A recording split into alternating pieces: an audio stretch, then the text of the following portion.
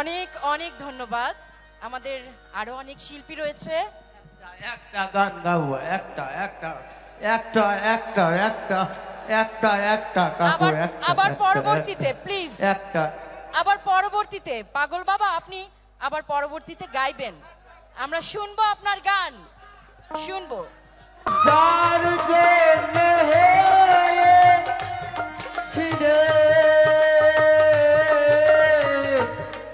দণ্ডধারী বল স্বরূপ কোথায় আমার সাথের প্যারি